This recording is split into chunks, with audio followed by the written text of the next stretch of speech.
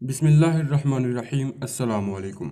मैं हूं अहमद हसन और आप देख रहे हैं नज़रियात सेंट्रल रिसर्च।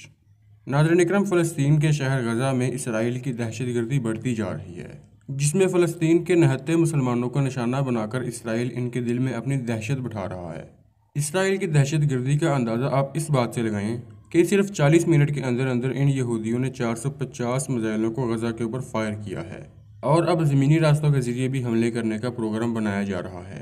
तोप के साथ हमलों और फ़ज़ाई हमलों के ज़ेर असर अब तक 119 फ़लस्तीनी मुसलमान शहीद हो चुके हैं, जिनमें 31 छोटे बच्चे और 19 ख़वातीन भी शामिल हैं। इन शहीदों में एक घर में 6 अफराद का एक ख़ानदान भी शहीद हुआ है। हवाई हमलों के बाद जो अब इसराइल ज़मीनी रास्तों के ज़रिए हमला करने का मंसूबा बना रहा है, इसके बारे में इसराइल की तरफ से ये बयान आया है कि वो इस मुमकिन ज़मीनी हमले से पहले फ़लस्तीन में मौजूद असला बरदार ताकतों के नेटवर्क को ख़त्म कर रहा है।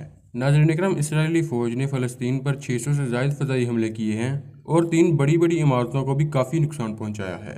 नाज़रीन इकराम, अगर आप हमारी मज़ीद रिसर्च और न्यूज़ हासिल करना चाहते हैं तो हमारी वीडियो को लाइक करें। अगर आप हमारे चैनल पर नए हैं तो हमारे चैनल को सब्सक्राइब करें और साथ में बेल आइकन को भी दबा दें। इस तरह हमारी मज़ीद रिसर्च और न्यूज़ आप तक पहुँचती रहेंगी। अस्सलामु अलैकुम वरहमतुल्लाहि वबरकातुहू।